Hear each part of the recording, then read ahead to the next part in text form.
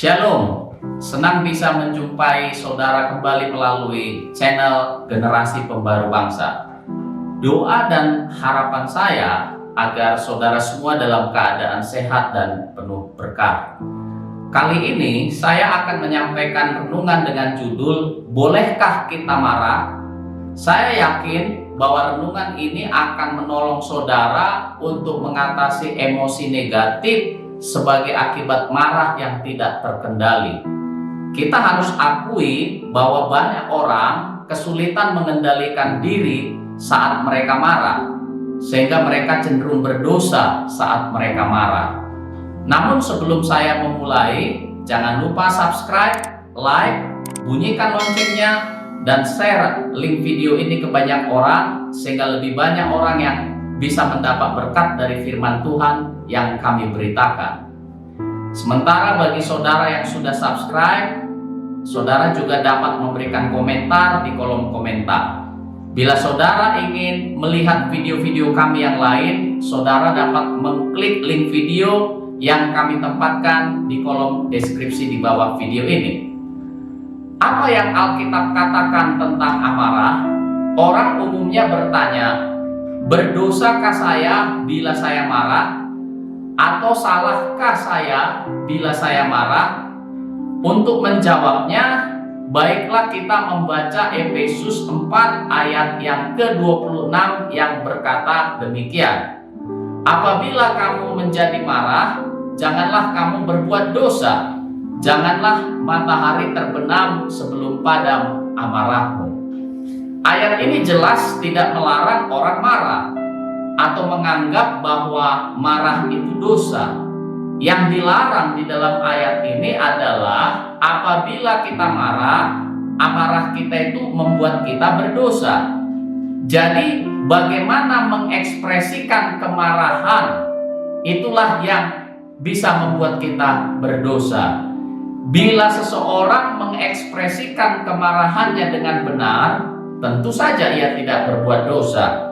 Tetapi bila kita mengekspresikan kemarahan dengan melanggar etika, melanggar hukum, dan sekaligus melukai orang lain, entah itu secara fisik atau emosi, maka itulah yang disebut marah yang berdosa. Misalnya, saudara sedang berjalan di pinggir jalan yang kebetulan ada genangan airnya, lalu melaju sebuah kendaraan dengan kencang sehingga genangan air muncrat ke wajah dan tubuh saudara, sehingga akhirnya tubuh saudara pun basah. Tentu saja wajar bila saudara marah. Ekspresi spontan saudara adalah mencaci maki, mengumpat, dan mengutuk. Nah, ekspresi amarah itulah yang membuat saudara berdosa, karena ekspresi amarah saudara telah melanggar firman Tuhan. Selain itu, Efesus 4 ayat 26 tadi juga menasehati agar kita tidak membiarkan amarah kita berkepanjangan. Sebab dikatakan janganlah matahari terbenam sebelum padam amarahmu. Artinya kita harus menyelesaikan amarah kita sesegera mungkin dan tidak membiarkannya berlarut-larut sehingga bisa menjadi bom waktu. Selain itu, Alkitab juga mengajarkan bahwa apabila kita marah, amarah itu bisa kita ekspresikan apabila itu dilakukan dengan tujuan untuk memperbaiki kehidupan seseorang atau dengan tujuan untuk adanya pertobatan.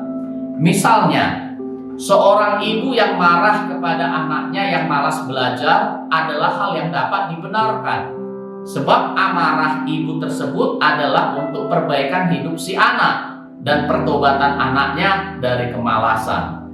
Namun tentu si ibu tidak dibenarkan apabila ia mengekspresikan amarah kepada anaknya dengan kata-kata cacian, umpatan, apalagi kutukan sambil melakukan kekerasan fisik. Nyatanya banyak orang tua justru melakukan hal seperti itu kepada anak-anaknya saat mereka sedang marah. Tuhan Yesus sendiri mengatakan di dalam Matius 5 ayat yang ke-22, tetapi aku berkata kepadamu, setiap orang yang marah terhadap saudaranya harus dihukum. Siapa yang berkata kepada saudaranya kafir harus dihadapkan ke mahkamah agama, dan siapa yang berkata jahil harus diserahkan kepada neraka yang menyala-nyala. Jelas dalam ayat ini bahwa Tuhan Yesus tidak mengkategorikan marah sebagai dosa, tetapi ekspresi yang salah saat kita marah itulah yang disebut berdosa. Sebab Tuhan Yesus berkata, kalau seseorang marah dan dalam amarahnya ia mengatakan kafir, jahil, maka ia berdosa.